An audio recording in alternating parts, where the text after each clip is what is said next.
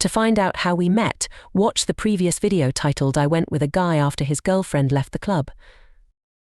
I smirked at my phone, savoring Ethan's desperation. Poor guy, he thought he was special.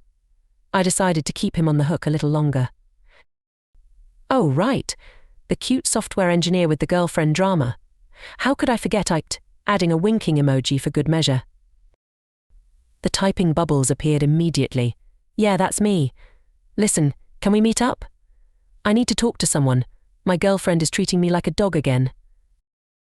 I rolled my eyes. Men were so predictable. One taste of excitement and they came running back for more, forgetting all about their commitments. But who was I to judge?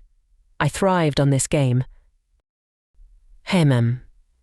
I don't know. I'm pretty busy these days, I replied, knowing full well I had nothing planned for the evening. Please, Jessica.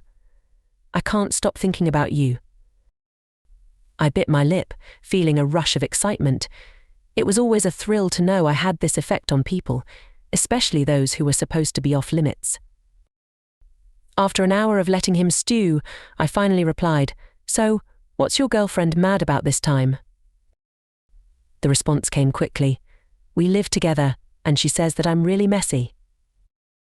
I couldn't resist a dig. "Well, I have known you for less than an hour and you created quite the mess across me, so I understand where she's coming from," I teased, adding a winking emoji for good measure. His reply took longer this time. "I thought you'd be more comforting." I rolled my eyes. Men and their fragile egos. "Honey, I already more than comforted you. Or did you forget our little encounter already?" I added a suggestive emoji, hinting that I wanted him to flirt harder. I watched as the message was read, but no reply came. Typical. He probably didn't know how to handle a woman who gave as good as she got. I tossed my phone aside and stretched out on my couch, a smirk playing on my lips. Let him squirm a bit more. He'd be back. They always were. My phone buzzed with a notification from a dating app. Another fish in the sea. I picked it up, ready for my next conquest. Ethan could wait. I had a whole city full of men to play with. A few days later, boredom set in, and I decided to toy with Ethan again. Fresh out of the shower, I snapped a photo of me in a tiny thong. The angle was perfect, showcasing just enough to leave him drooling. Attached was the caption, "You don't have the balls to come." He opened it almost instantly. "What are you doing, Jessica? You know that I live with my girlfriend and she could see anything that you send me." I smirked, the thrill of the chase pumping through my veins. I sent him a hot photo, captioned, "I hope she doesn't see this," and included my address. The reply came in hesitantly. "That's an hour-long drive." "Oh, come on," I prodded back. "You know I'll treat you so much better than she ever can." There was a prolonged silence, during which I imagined him sweating bullets, pacing around, possibly looking over his shoulder to make sure his girlfriend wasn't lurking around.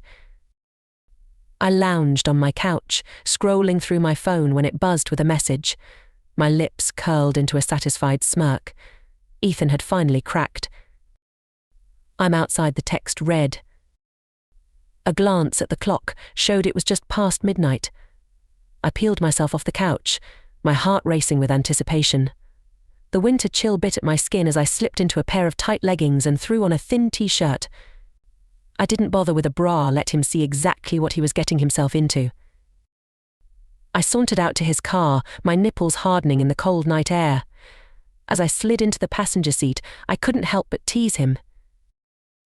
Well, I really didn't expect you to come," I purred, settling into the seat. "She must really piss you off." Ethan's grip tightened on the steering wheel, his knuckles turning white. He avoided my gaze, staring straight ahead. "Where do you want to go?" he asked, his voice strained.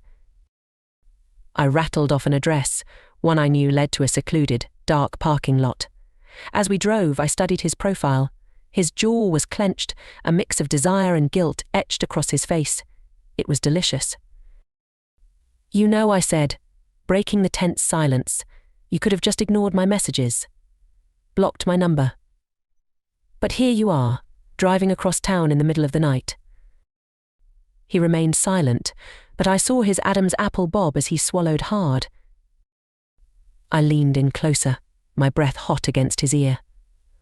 "What does that say about you, Ethan?" I let my eyes wander over Ethan's tense form as he drove, drinking in the conflict etched across his face. His fingers drummed nervously on the steering wheel, and I could practically taste his anxiety. So I purred, shifting in my seat to face him. "Cat got your tongue." Ethan's eyes darted to me for a split second before snapping back to the road. "I'm just thinking." I laughed, the sound low and throaty. "Oh, honey, I bet you are." As we wound our way through the darkened streets, I decided to up the ante. I stretched languidly, making sure my shirt rode up to expose a sliver of skin. "Remember that photo I sent you?" I asked, my voice dripping with suggestion. "Bet that got your heart racing, huh?" Ethan's grip on the wheel tightened, but he remained silent. He squirmed in his seat, his face flushing.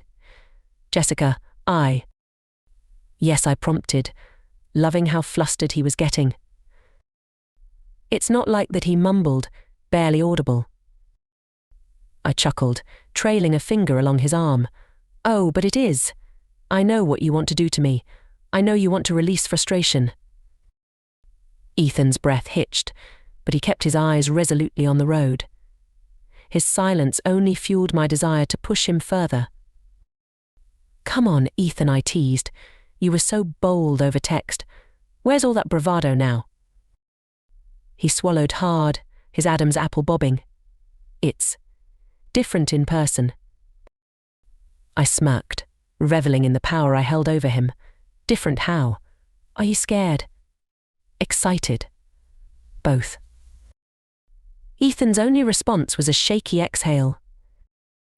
We pulled into the parking lot, the car easing into a dark corner where shadows swallowed us whole.